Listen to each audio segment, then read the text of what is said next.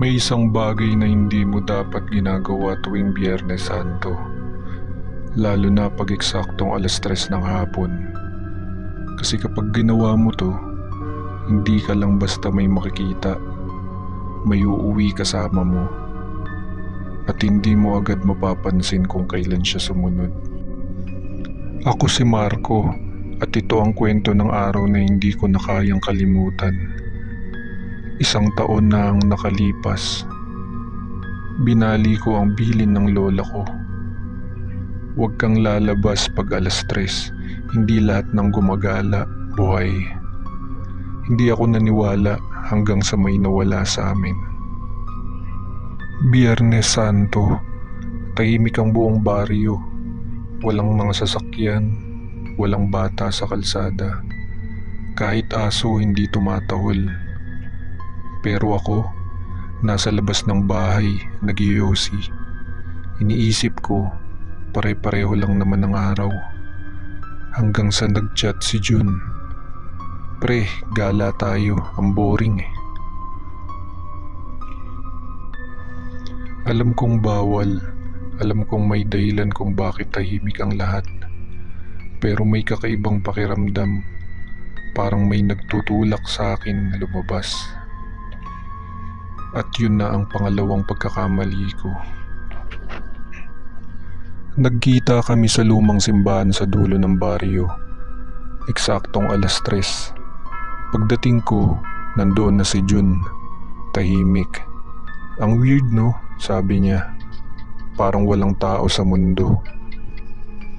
At doon ko napansin, kahit kami, parang hindi naririnig ang sarili naming boses. Sarado ang simbahan, pero sa gilid may maliit na gate. Dito tayo, sabi ni Jun. Pagpasok namin, parang may nagbago sa hangin. Mas malamig, mas mabigat.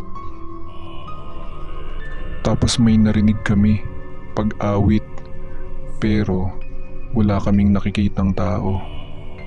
Sinundan namin ang tunog. Bawat hakbang, parang lumalalim ang katahimikan. Hanggang makarating kami sa likod ng simbahan, isang lumang kapilya. Bukas ang pinto at doon nagsimulang mag-iba ang lahat.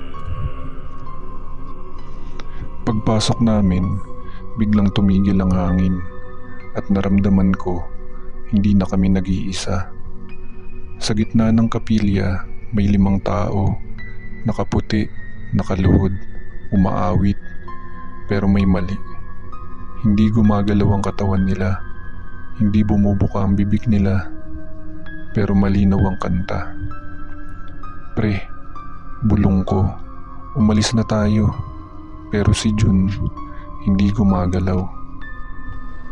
Dahan-dahan siyang lumapit, parang may humihila sa kanya. Ang ganda ng boses, sabi niya, pero hindi siya nakatingin sa mga muka, nakatitig siya sa pagitan nila. Parang may isa pa. Napatingin ako sa gitna. Wala namang tao, pero may hugis, parang anino, na nakaluhod din. Biglang tumigil ang awit. Dahan-dahang umangat ang ulo ng 5, sabay-sabay, at tumingin sa amin. Doon ko nakita, wala silang mata, puro itim. Pero mas nakakatakot yung nasa gitna. Kasi kahit walang muka, ramdam mong nakatingin siya sa'yo. Tumakbo ako, hindi ko na inintay si Jun. Pakiramdam ko may sumusunod. Hindi ko nilingon kasi alam ko pag lumingon ako, makikita ako siya. Nakauwi ako, nanginginig. Kinagabihan, nagchat ako kay Jun. Pre, wala siyang reply.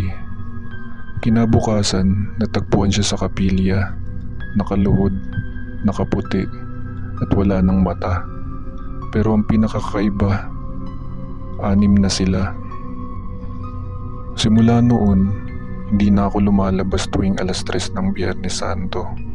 Pero minsan, may naririnig akong pag-awit sa labas ng bahay. Pag sumilip ako sa bintana, may 6 na anino. At kagabi, naging 7 na sila.